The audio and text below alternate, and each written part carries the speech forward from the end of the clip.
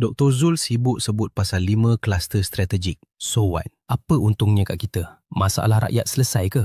Korang jangan pening dengan istilah akademik ni. Sebenarnya, ini adalah blueprint untuk pastikan korang tak perlu beratur sampai ke parkir hospital lagi. Jom kita bedah apa benda 5 kluster ni buat untuk kita. Saya cuba ulas bagi mudah faham. Kluster 1 pasal institusi dan tata kelola. Bunyinya macam birokrasi, tapi sebenarnya ia adalah pasal kepantasan. Dr. Zul tahu masalah utama kita bukan tak ada dasar, tapi struktur KKM yang terlalu besar dan lembab. So what? Beliau kukuhkan unit macam bahagian kesihatan digital supaya keputusan teknologi kesihatan dibuat dengan tangkas. Beliau juga kukuhkan National Centre for Food Safety atau NCFS untuk jaga standard dan kesiapsiagaan risiko keselamatan makanan negara kita. Kluster 2 pula adalah penyampaian perkhidmatan. Kita semua pun malas nak beratur kan? Inilah yang paling rakyat nak tahu, iaitu masa menunggu. Kluster ni fokus nak tukar cara hospital kita beroperasi. So what? Melalui pendigitalan rekod perubatan atau EMR, korang tak perlu lagi usung buku rekod fizikal atau ulang cerita sejarah sakit yang sama berkali-kali kat doktor berbeza. Matlamatnya jelas,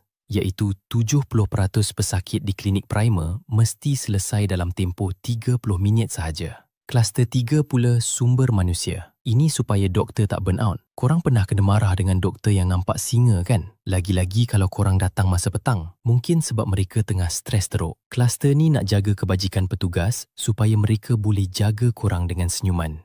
So what? Dengan lantikan tetap terbesar dalam sejarah, melibatkan 10,994 petugas dan kenaikan allowance on call sebanyak 43%. Moral doktor kita akan lebih stabil. Bila mereka gembira, kualiti rawatan yang korang terima pun pasti jauh lebih baik. Kluster 4 iaitu pembiayaan. Ini untuk jaga poket rakyat. Kos perubatan makin mahal. Itu fakta. Kluster ni nak pastikan sistem kesihatan kita mampan untuk jangka panjang.